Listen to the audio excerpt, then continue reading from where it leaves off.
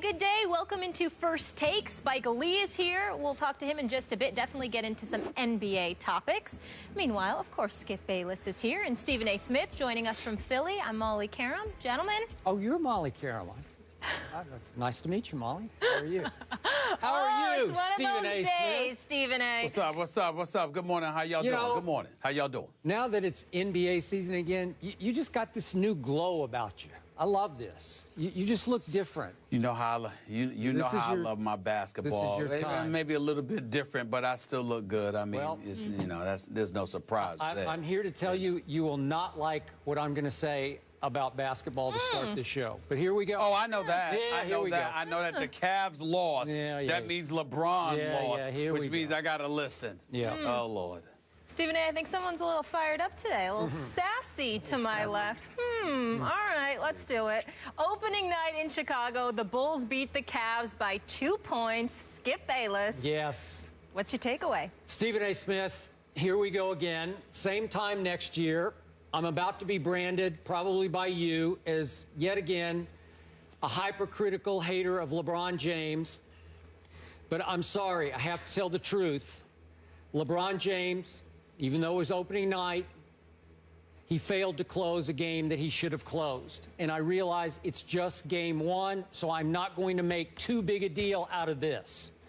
But LeBron James is being graded by me, and maybe only by me, as the best player on the planet. You told me that all year last year, and I gave it up to you. I said, you're right. He's the best player on the planet.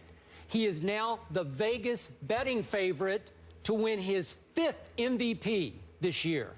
And just yesterday, as you well know, ESPN.com released its final 10 spots on its 1 through 100 ranking. And as we know, we went back and forth. Kobe was 93rd on this list. Dwayne Wade was 46th on this list. Guess who was revealed yesterday as #1 overall on this list? LeBron James. So I'm sorry, even though it's game one, I cannot tell a lie. I cannot give this man a pass because he's better than me or anybody else giving him a pass for what happened last night in Chicago. LeBron James came up small in the clutch again. And this was a game that was begging for LeBron James to put it in his back pocket and leave town with. This was a game in the fourth quarter. You've got President Obama sitting courtside. You got a TNT national audience, and you got a Bulls team searching for a new identity. Who are we? Do we play defense anymore? Are we all offense? I don't love this Bulls team, and I don't think it's nearly the threat it used to be to the Cleveland Cavaliers. And meanwhile, you have a Cavaliers team that clearly, as they wait for Kyrie and Shump to get healthy, they need to bank some wins just for home court advantage when it really matters in the postseason. So here we are, fourth quarter. LeBron did score 8 in the fourth quarter. I thought he was very good up to that point. He was very good for the whole game. But down the stretch, who knew? Kevin Love comes up big and makes 2 big threes that get them back in position to close the deal. 10 seconds left. Derrick Rose misses a 3-point shot. All of a sudden, the ball is in LeBron James' hand with the game on the line, down 2. And he drives to his right, and he shies away from Pau Gasol and ultimately tries to shoot a little runner that has no chance and gets easily blocked by Pau. So here we go again. This is LeBron James we're talking about. This man, this is a freight train. This is the moment where he has to power up through Pau Gasol, take the ball up to the basket. He's going to get that call because he's LeBron James, and he's going to have to go to the free throw line to make a couple of free throws to send the game to overtime. Now, obviously, in this game, LeBron had been 0 for 3, missed all 3 of his free throw attempts, so maybe he was a little gun-shy about having to go to the line and make his first free throw of the night and then his second free throw of the night. But still, this is LeBron, but they got a little reprieve. Ball got batted out of bounds by Pau. So 3 seconds left. Mo Williams, his old running mate from the old Cavs days, tries to get him the ball in bounds, and LeBron couldn't lose Jimmy Butler. God bless Jimmy Butler, but I thought LeBron would at least get open somehow to get the ball from a very adept Mo at passing the ball in bounds, and Mo's left with a last-second lob toward the middle of the court that has no chance, goes over everybody, and the game is over. So, again, it's just game one. but the odds-on MVP came up small at a moment that again, as the #1 ranked player on ESPN.com, he should have closed. Your thoughts?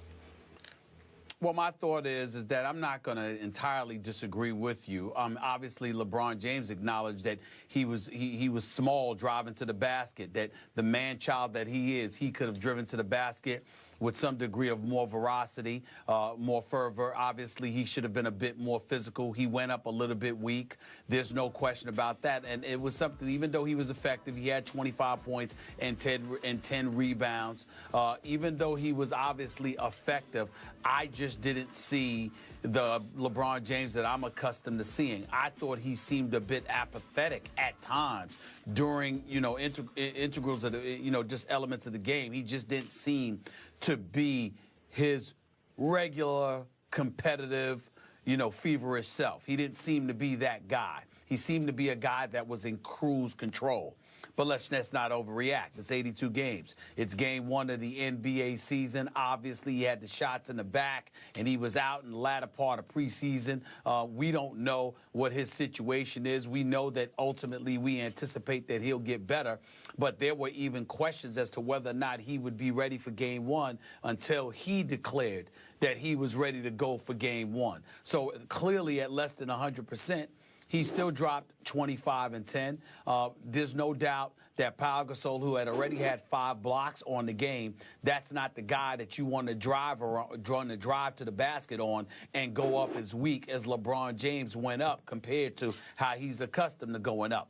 But he's LeBron James. It's one game. It's game 1 of the regular season. And we all know he's measured by what happens in May and June as opposed to what happens in October and November. I'm not really worried about it. I think if he had to do it all over again, he'd handle that play a bit differently. I'm not going to get on him for not getting but so open against Jimmy Butler, because if you had David Blatt, if you had somebody other than the 6 feet tall Mo Williams inbounding the ball when LeBron James was in the paint area and just holding up his hand, you would have had somebody that could have lobbed it up to him appropriately and got him the ball. But Mo Williams is relatively short.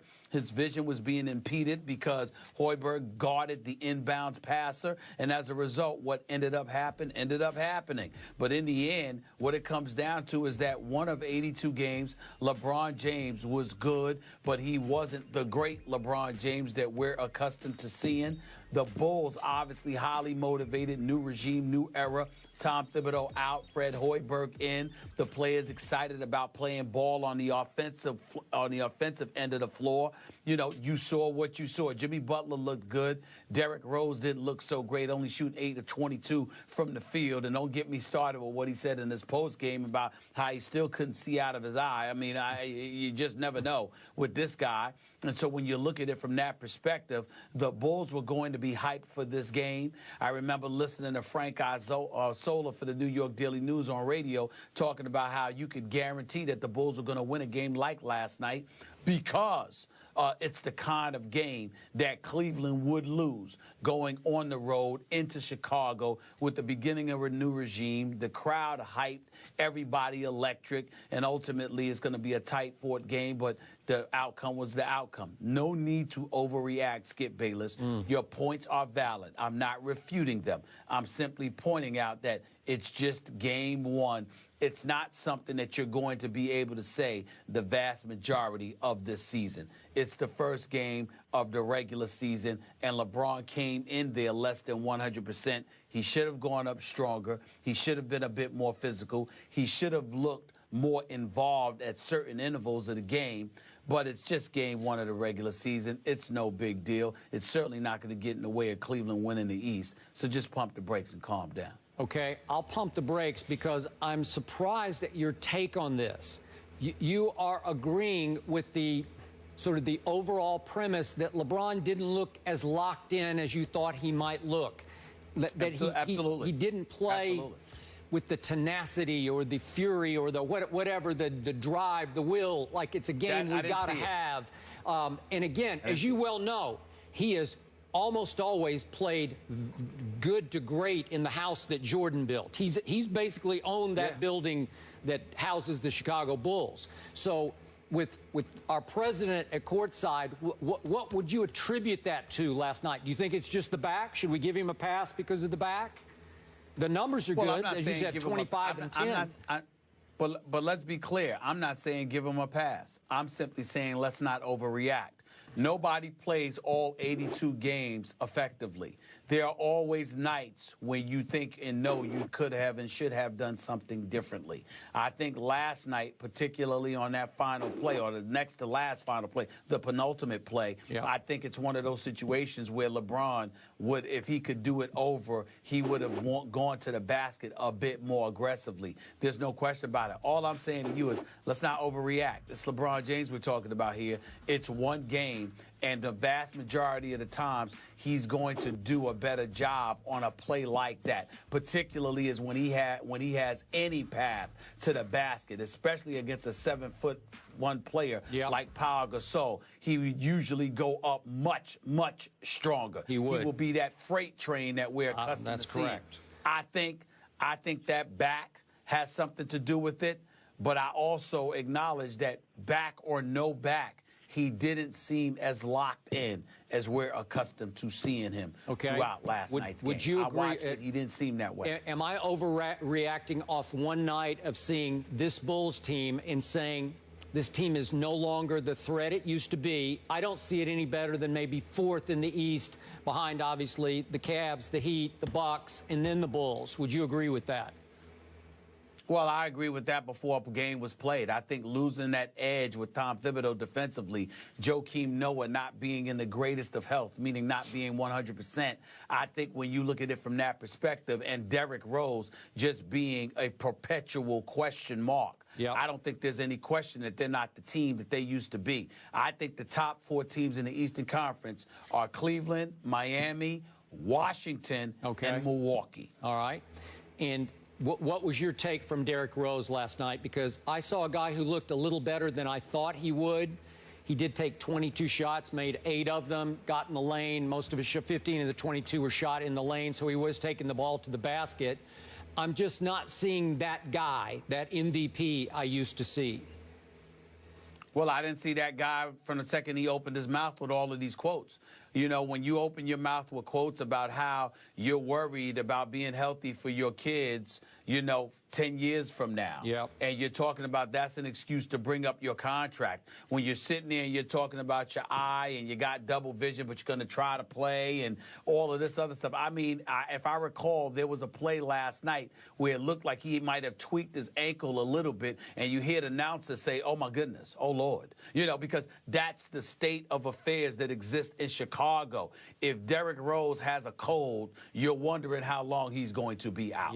That's how bad it is. And so because of that reality, I don't think the Chicago Bulls are what they used to be, because their edge used to be they were going to put that you were going to be in a dogfight every single night.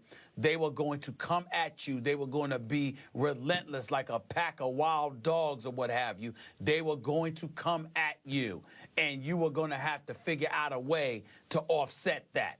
That is not what you look at right now when you see the Chicago Bulls. You see a very talented Jimmy Butler. You see a Derrick Rose who's gifted and can play and can still hurt you. Pau Gasol could do some things. Mirotic is not bad, but overall, they're just a good team. There's nothing great about them.